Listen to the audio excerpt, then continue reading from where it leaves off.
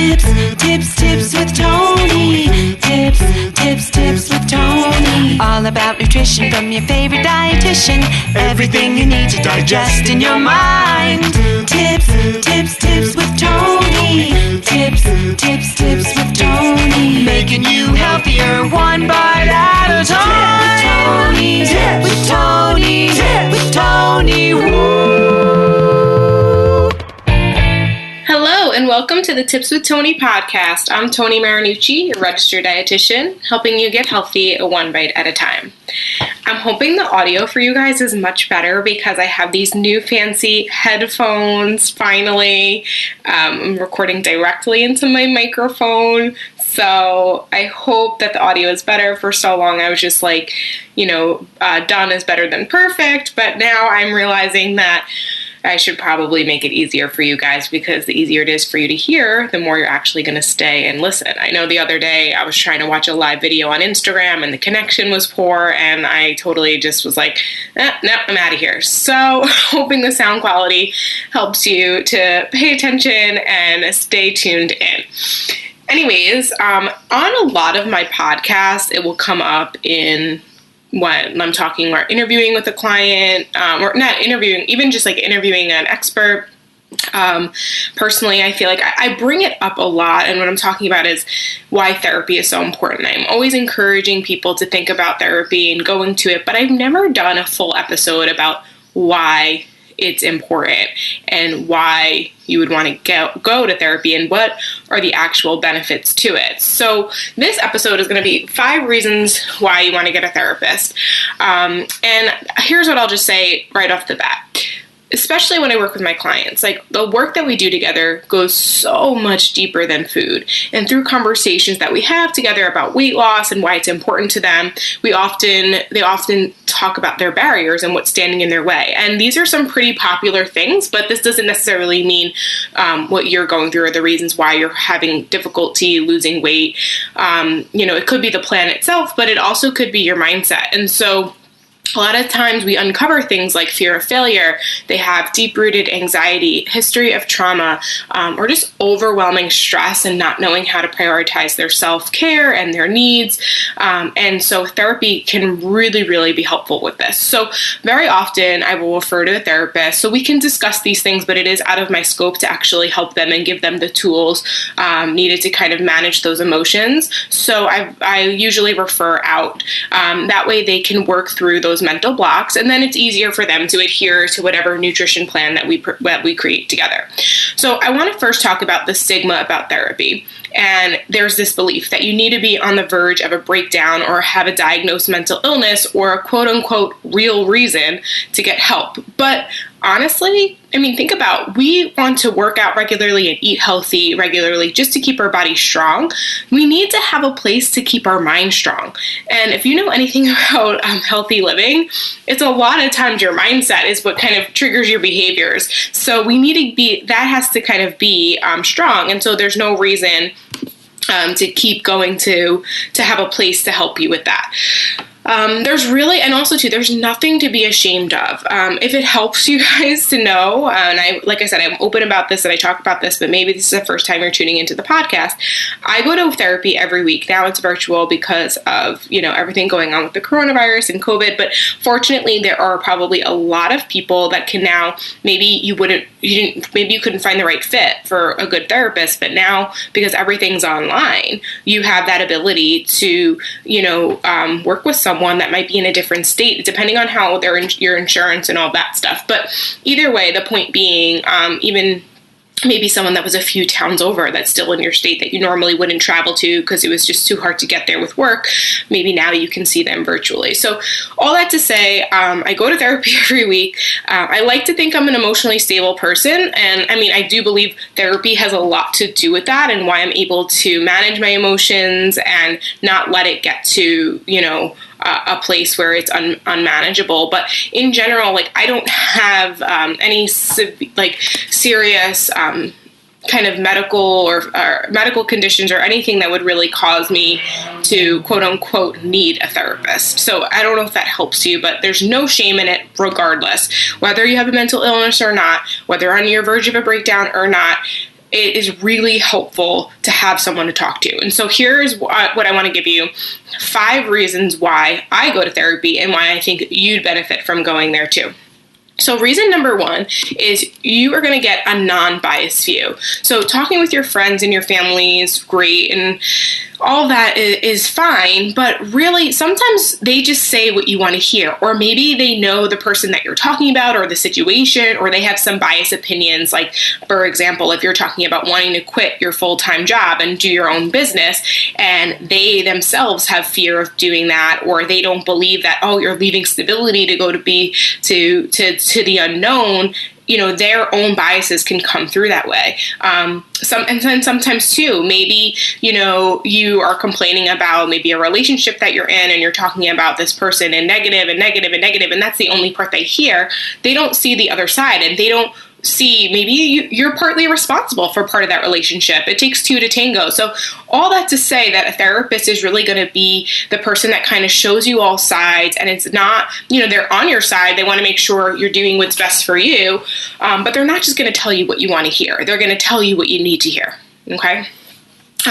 Reason number 2, there's a designated time for you. So intentionally scheduling an hour in your week to discuss what you need is really, really helpful. It's like why people are so successful in my nutrition coaching program, because we schedule, those who are in the one-to-one program are meeting with me every week or every other week, and it's on the calendar. So they're forced to slow down. They're forced to reflect on their week. They're forced, and I don't want to say forced as like a bad thing, but they're encouraged to create their goals for the following, and it helps keep everything top of mind. And they're paying for it, and it's in their calendar, so it's going to get done. So the same thing as with therapy is we have such a hard time putting ourselves first, and scheduling an appointment and making sure that we kind of slow down and check in the middle of the week is going to be really, really helpful. So I find that not only is that helpful for just the accountability aspect, but I've also noticed that that is just the beginning to uncovering more ways to set aside time for you, which is really, really, really helpful in life. So reason number 3 is learning healthy coping techniques. So I used to think that my negative thoughts were true.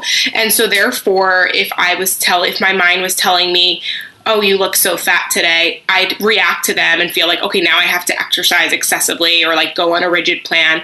But you have to remember that that's just a thought. And in that same exact day, I can look at myself in the mirror and be like, wow, I look really good today.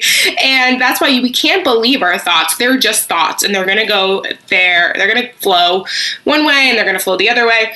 And what I noticed that one bad habit I would do is I kept believing that my thoughts were real, and I would constantly react to them. And reacting to your thoughts, especially negative ones, with more negativity only causes more stress, more chaos, and more anxiety. So one helpful strategy that I worked on with my client, with my therapist, is she taught me to just notice the thought. You don't have to react to them. Just notice it. Don't try to push it away, because the more you try to push it away, the more it comes up. But maybe name it.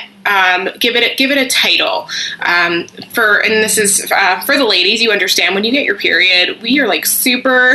I don't know about you guys. When I get my period, I am super anxious, super stressed. I feel like everything needs to be perfect. I get overwhelmed really easily.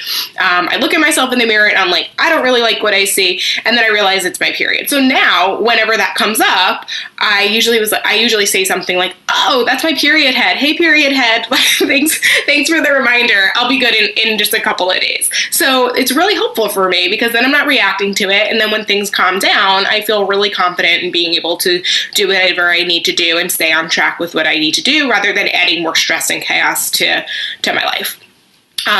Something we'll do in some of my therapy sessions is meditation, and then lots of deep breathing. I just took a deep breath. Deep breathing to help me kind of work through those moments, because they're uncomfortable. Those moments of stress, anxiety, negativity, it's fairly uncomfortable. So deep breathing really kind of helps you just pause and kind of let it pass, and then redirect what you can do to work through it in a positive way. So reason number 4 is creating that space. So I said earlier, like just, designating time for you. Yeah, that the actual act of like designation, accountability, that's great. But then actually having a safe space where you can process your emotions, you start to draw connections, and you start to gain a better understanding of why you do the things that you do. A very common thought that will usually come up in my therapy sessions, but I know a lot of my clients struggle with this, and I know a lot of people just in general struggle with this, is beating yourselves up for not doing enough. And I'm putting that in quotes, not doing enough. When in reality, we are probably doing way too much. Maybe we're not doing enough of the things that are important to us and that align with our values, but in general, we tend to be doing way too much, and we think in our heads it's not enough, it's not fast enough. And we beat ourselves up, and that's not helpful in any way. So therapy will kind of help you see where those beliefs are coming from. So very often it can be related to childhood. Me personally, I was the older sister, and I always felt like my sister was struggling, so I had to be perfect. And if I wasn't perfect, then therefore I'd rock the boat even more. So there was already chaos in the home. I didn't want to add to that, so there was just no room for error. And so I always felt like I was never doing enough because I had to do more. I had to be better. I had to be the best. And no matter what, it was never enough, because even anything a little bit less than that made me feel like I just add to the drama. And so that was a belief that I had, which is not true. I realized and recognized through working through it. But it was helpful to just know where that was coming from, so that way I could kind of address it in a better way, in a more productive way.